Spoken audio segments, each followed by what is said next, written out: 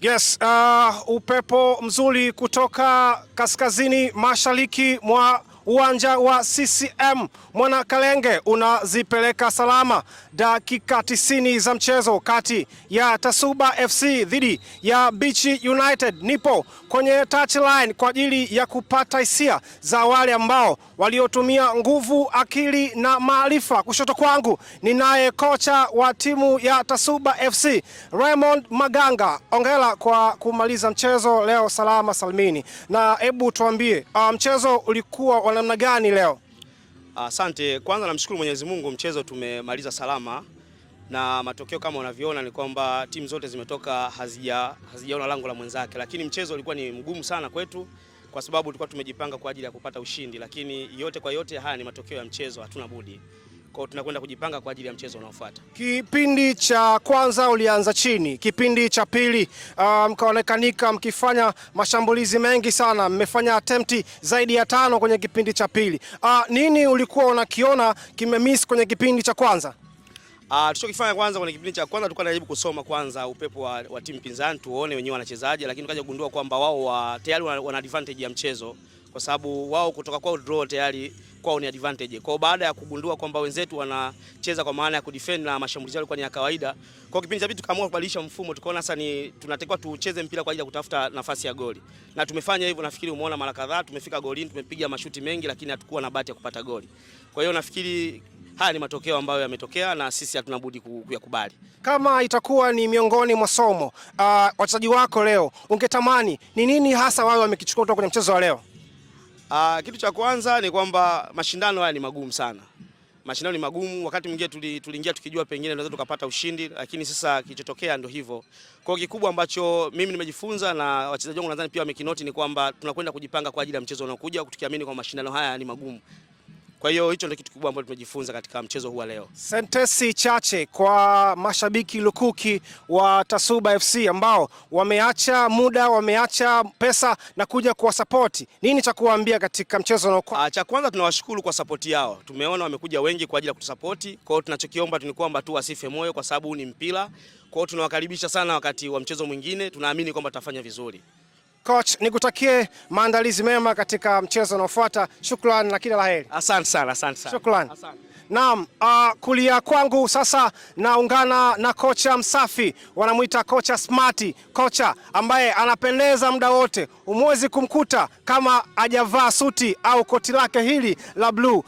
Kocha Alois Kevin, ongera kwa kumaliza mchezo leo salama salmini, na tuambie kiufundi, wapi uliona kulikuwa kuna ugumu kiasi cha kuweza kufungua ngome ya wapinzani wako leo?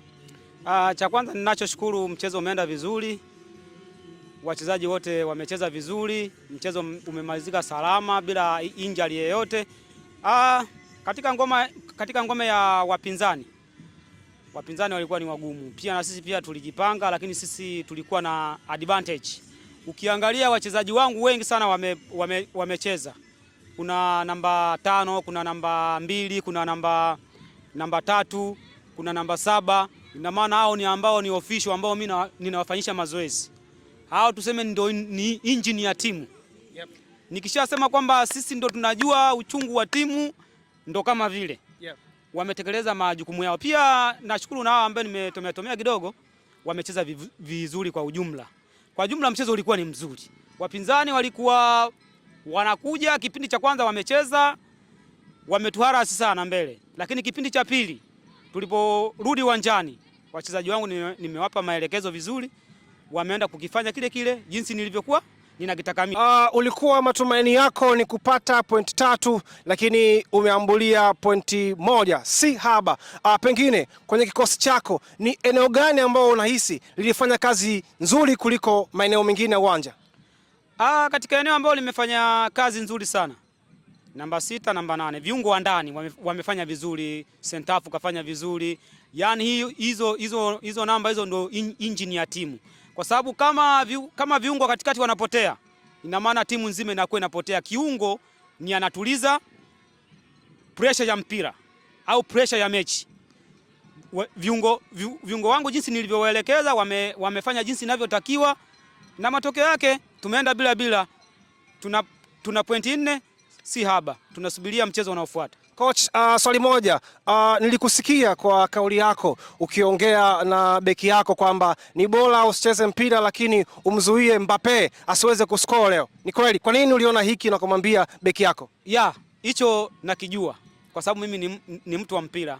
Hicho hapo nakijua. Mbappe ukicheza naye karibu hawezi kucheza.